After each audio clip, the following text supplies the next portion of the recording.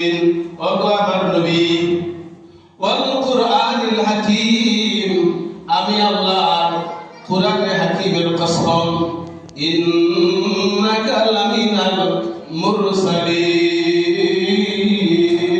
নিশ্চয় আমি আল্লাহ আপনাকে নবীদের রাসূলদের অন্তর্ভুক্ত করে বানাইলাম। ওগো নবী, আমি আল্লাহ আপনাকে এমন সময় বানাইলাম যখন আমি আল্লাহ আদম আলাইহিস সালামকে বানাইনি। আমি আল্লাহ আপনাকে এমন সময় বানাইলাম যখন আমি আল্লাহ মুসা নবীকেও বানাইনি। আমি আল্লাহ আপনাকে এমন সময় বানাইলাম যখন ইব্রাহিম নবীকে বানাইনি, ইসমাঈল নবীকে বানাইনি, দাউদ নবীকে বানাইনি, সুলাইমান নবীকে বানাইনি। ও নবী, আমি আল্লাহ আরশ তখন বানাইনি, আমার আসমান বানাইনি, কোনো কিচ্ছু বানাইনি।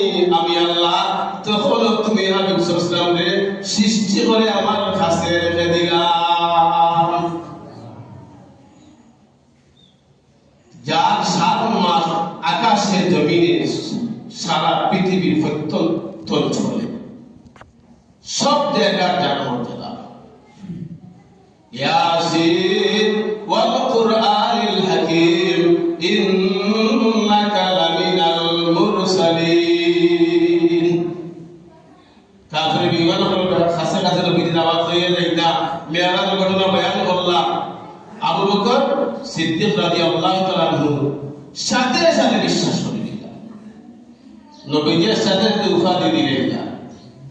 আবু বকর নাম আরহামু উম্মতি বি উম্মতি আবু বকর রাদিয়াল্লাহু তাআলা আনহু। নবীর সাহাবা কিরামের মধ্যে নরম অন্তর বিশিষ্ট